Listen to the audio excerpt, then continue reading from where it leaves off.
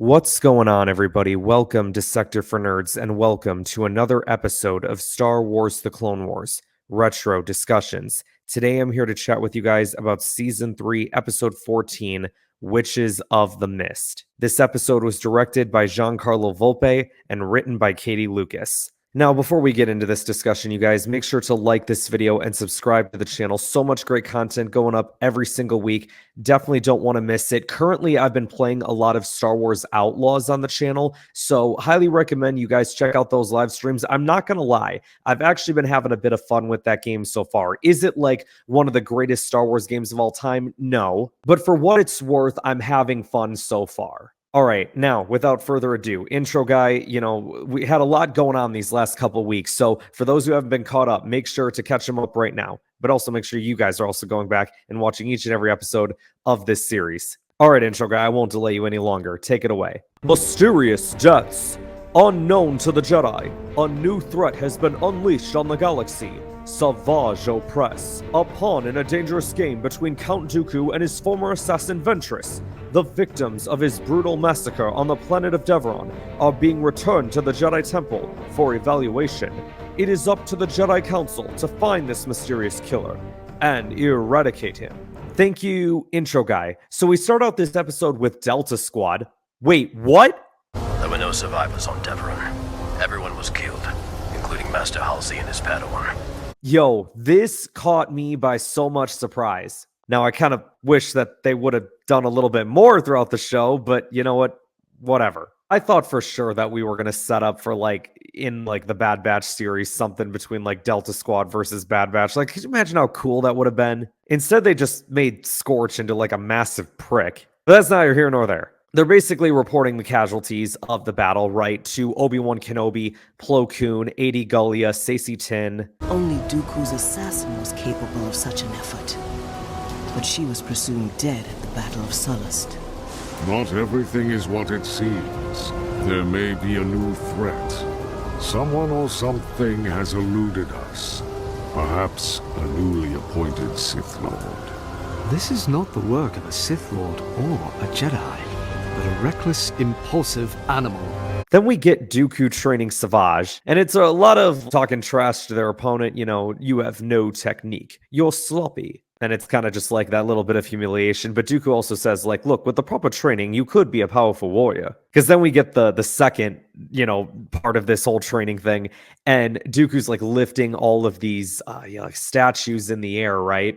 And he tells Savage to lift them, and they're kind of wiggling a little bit. It's kind of like when Captain America just slightly grabs Thor's hammer in Age of Ultron, and Thor had this look on his face wait, what? Because I think even Dooku was okay, there's no way that he's actually going to lift all these, and he's oh no, he's not, of course not. And Savage is what you ask of me is impossible. And, what is that saying? Pain's a great motivator. He starts zapping him with the Force lightning, does Dooku. He says, focus on your power, building. Do not think of anyone or anything else. Zaps him again. He says, that's it. Your anger is your strength. Savage does his best, dark side Anakin, I hate you. And Dooku starts zapping him again. And then through that pain is where Savage starts lifting, I think it's two of the statues, right? And Dooku kind of has that evil smirk on his face, all right, there we go. I got out of him what I needed to get out of him. And Savage goes, how does one defend against such power? Just watch Attack of the Clones. You'll see Obi-Wan just use his lightsaber. That's all you got to do, Savage. I get why they had that line in there, though, because with a little bit of foreshadowing later on, Savage gets hit with a crap ton of Force lightning throughout this episode.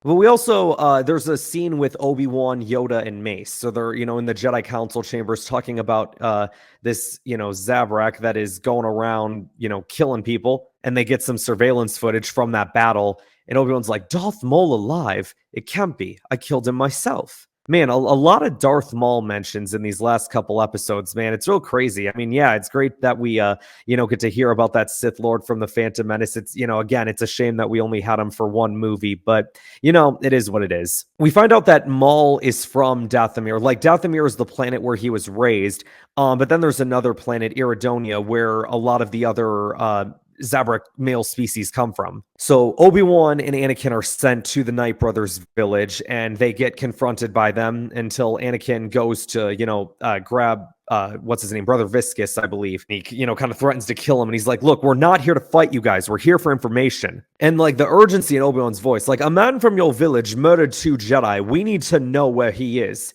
And Viscus kind of tests him a little bit, like, what makes you think he's from our village? And Obi-Wan's like, bro, we know he's from this village. Like, we have seen him. And so, obviously Viscus then tells, at least, well, Mother Talzin should know where he went. Like, one of her women took him as a mate. Well, I apologize for the intrusion then. Anakin, kindly release him, please. Later on in the episode, the Jedi go to meet the Night Sisters. Anakin, before they leave the ship, goes, oh, this may not turn out to be that bad. I turn out to be quite popular with the ladies. And Obi-Wan, you can just hear Obi-Wan off in the distance going, too popular. I don't know much of Mother Talzin, but I don't expect to be welcome here. You never know. I tend to be popular with the ladies. Too popular. See, it's almost like he knows there's something going on there with like him and Padme, right? I hope you at least told Padme I said hello. Now, I will admit, I am rather surprised that Talzin gave up where Savage was. Now, I mean, she does kind of dance around it for a little bit at first, right? Like, we have no control over the males, and Obi-Wan's like, okay, don't play innocent with me, Mother. Like, everyone knows that females are the dominant force on this planet. Don't play innocent with me, Mother. Everyone in the galaxy knows females are dominant on this planet. I do not believe anything happens here without your clan knowing about it. So yeah, like, once again, I am kind of surprised, but I think it does play into like the scene that comes after this where she's talking with Ventress, and this is the first time we see her in this episode. And Talzin goes, the time has come, sister. You have to put your plot against Dooku into effect right now.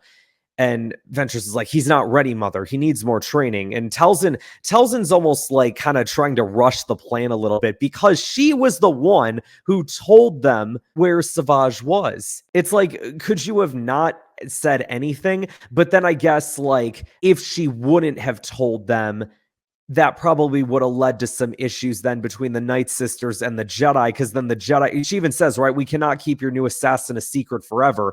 That could also then mean like, okay, well, maybe the Night Sisters had something to do with this. And then that could lead to like a war between the Night Sisters and the Jedi, which I don't think is something that Talzin wants to be worrying about. So she reveals that Savage has gone to Toydaria, and that's what we find out from Dooku as well, right? Dooku sends him on an assignment there to kidnap King Katunko and bring him in alive, which I guess kind of plays off of the first ever episode of the Clone Wars, where Dooku tries to recruit the Toydarians to the Separatists. That ends up failing because they end up joining the Republic instead. As a matter of fact, Ventress was involved in that episode too. She got her butt kicked by Yoda.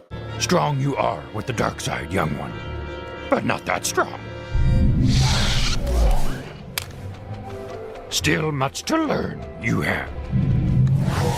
We also see that eventually Savage has this double-bladed saber. I mean, come on, we all kind of figured it would be, right, with how big the hilt was. But at that point, we had only seen Savage using one blade in, like, the training battle and then when killing some of the Toydarians. But eventually we see him pull out both. And he goes after King Katuko, and eventually the Jedi get involved. But as King Katuko is trying to escape, freaking Savage ends up force choking him so hard that he ends up dying. And I remember first time watching this at like however old I was, 10, 11 years old. I remember being like, oh, Dooku's not going to be happy about this. You ignorant beast. I told you I wanted him alive.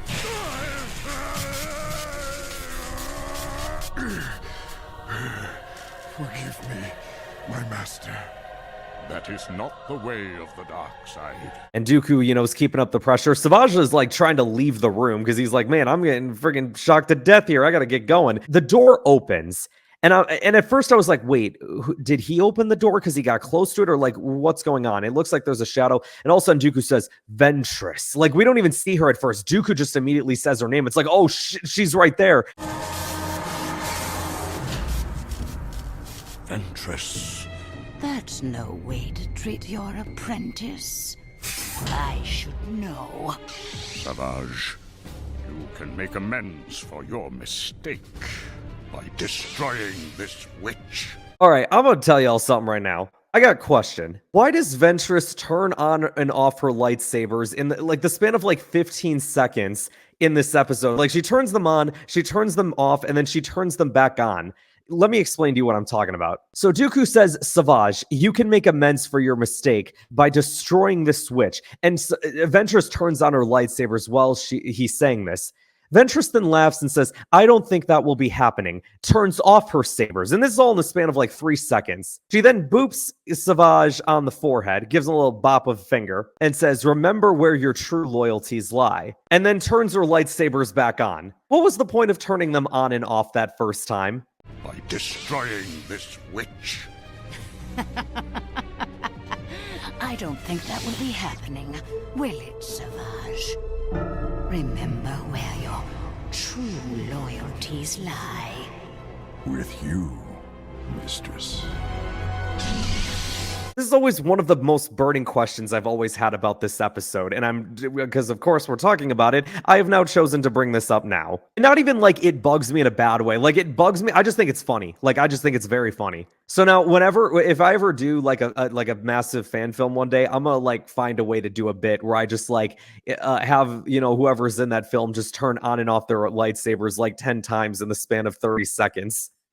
I'll make it work. And if someone does do that, I'm gonna know you watched this video and took that idea from me. Yeah, man, but we gotta talk about this Ventress and Savage versus Dooku fight, man. This was so good. First of all, they're playing that Kevin Kiner theme from last episode that I said I absolutely adored, is like my favorite theme in the whole show. Dooku's, you know, obviously taking on Ventress, you know, saber attacks head on. Savage is like, every time he tries to strike Dooku, like Dooku's just, you know, quickly dodging out of the way.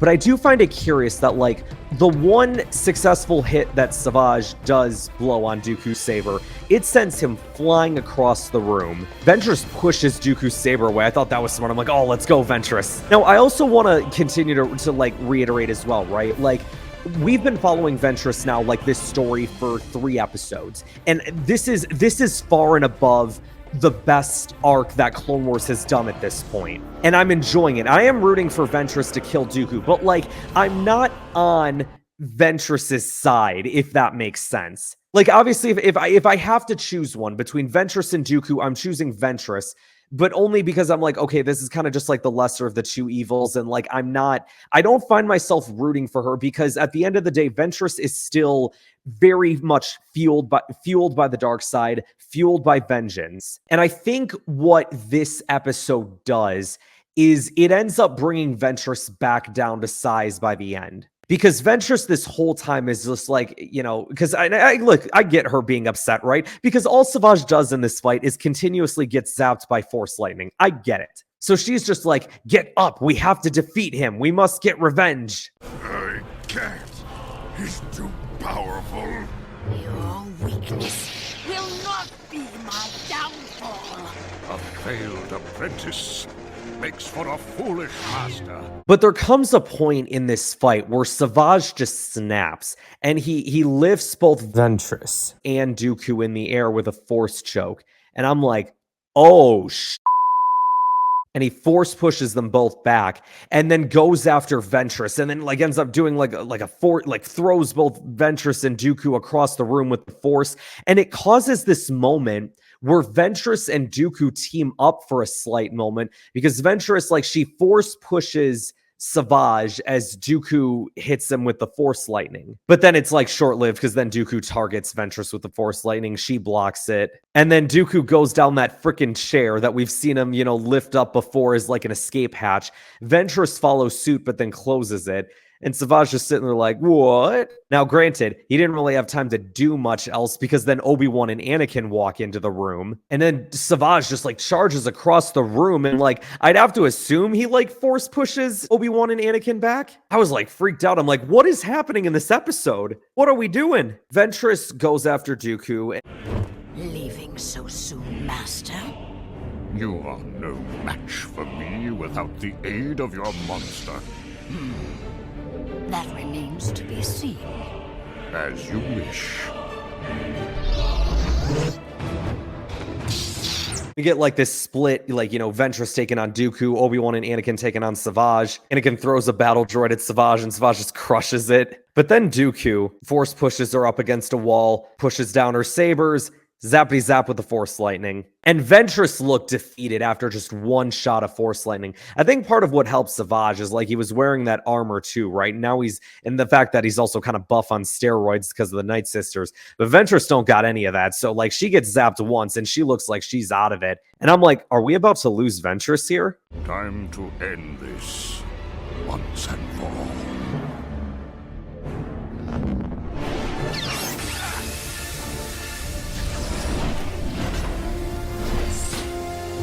And Ventress uses that.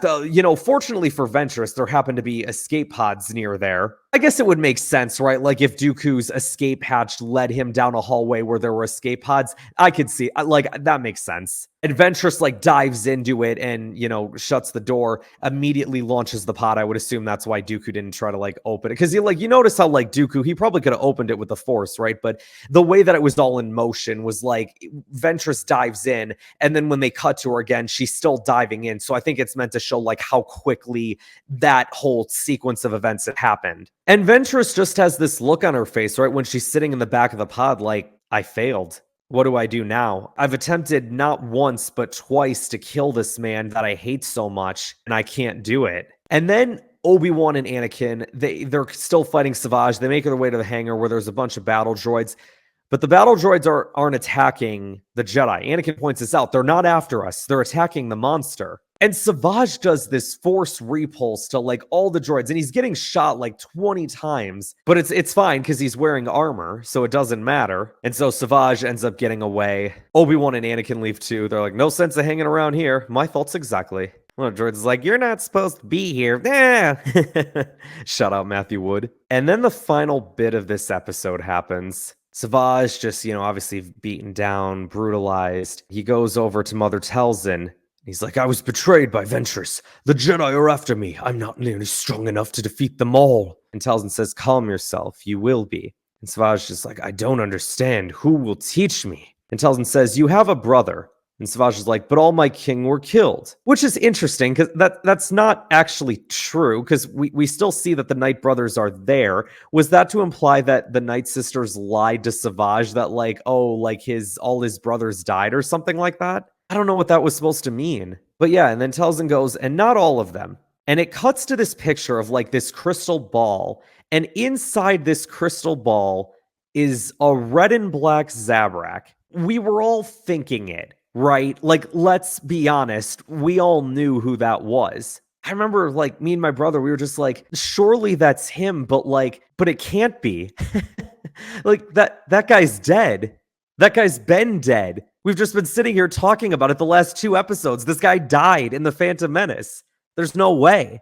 Or can it? I'm going to tell you guys what. This is the best cliffhanger that Clone Wars had ever done. Because I remember, you guys, this episode alone, for the longest time in my years as a child, left me thinking so much, left so much speculation. Is that Darth Maul? Is he coming back? What's going to happen? I was so freaking excited. It is to the point where when I found out that the next episode wasn't going to be about this arc, I was so upset because I'm like, no, I don't care about anything else right now. I want more of this. I want more of what we're watching because of how good these last 3 episodes have been. Next week, you guys, actually not next week, because next week there's actually not going to be an episode, but in 2 weeks' time, we're going to start talking about the Mortis arc. And I'm not going to lie to you guys.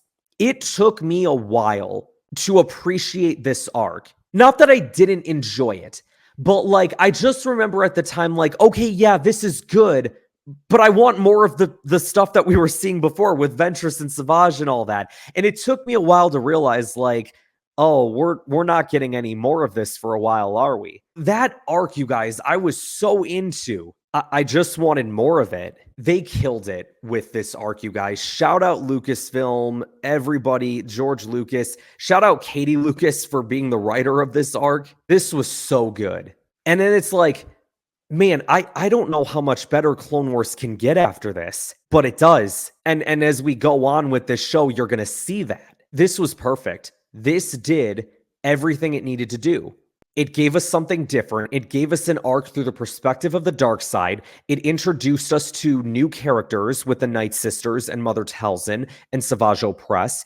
It furthered the story of Asajj Ventress, who at this point had been kind of just doing the same stuff that she, like, again, Ventress, she had a lot to do in season 1. Then season 2, she had nothing. And then when we see her back in season 3, she's kind of just back to doing the same stuff that she was doing in season 1 without any growth. And I'm not sitting here saying that every bad guy needs to have this. And I feel like that whole thing of like the bad guy that's not really bad, it's been done to death at this point. But this was really the first time that I was exposed to a story like this. And I thought it was so well done. I wanted to see what was going to happen next with Ventress. I wanted to see what was going to happen next with Savage. Is Darth Maul still alive? Man, it was no coincidence that they kept saying, hey guys, remember Darth Maul? Remember Darth Maul? Yeah, remember that Sith Lord Darth Maul that died in the Phantom Menace? Yeah, he's going to be coming back. Just keep it. Yeah, but anyway, you just remember Darth Maul. Just ignore this part right here. We're going to get to it eventually. But yeah, remember Darth Maul, you guys? Oh my gosh, words can't describe how great this was. And as great as this was, you guys,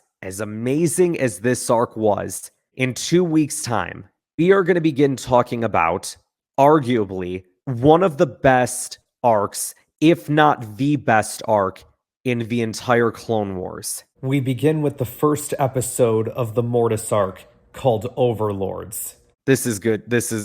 Oh my gosh, you guys, we are in that time period of Star Wars, the Clone Wars, man. We're just like, oh, there's so much great stuff to talk about. I still want to have like a roundtable discussion with like my goal is to try and get DJ on board, to get my brother Chris on board, to get Jacob on board, like everybody that's on that video game crew that we have for the live streams, which by the way, you guys, please check out those live streams. Like I know right now we're playing Star Wars Outlaws, but all the live streams that Chris does every Friday, like him and his friends, you know, we all have so much fun doing those. I know that like they're not the most popular thing on my channel, like that's no secret, but like I want to try and get those streams to get more views, because like I think the more people that we have watching the streams, the more people that we can interact with in the chat, like I think it just makes it all the more fun. And I mean, if you guys, we have fun just playing those. Like I've clipped out so many shorts from those like live streams, and I've put them up just like of the funny moments that we have on those streams, because like that's just, it embodies like how much fun we have putting those together. So make sure you guys are checking that out. Make sure you guys are checking out all the content that I've got coming up on my channel. I think pretty soon we've got Skeleton Crew coming up, so that's going to be something to look forward to as well. But yeah, plenty more content coming your way, you guys. That is going to wrap us up for today. Thank you guys so much for watching. Like this video, subscribe to the channel, share this video with others to help support the channel, and I will see you guys next time. Is it true that he is the chosen one? What do you know of such things? What is about to happen shall occur, whether you like it or not. You are Sith. Sith. Yes. And no.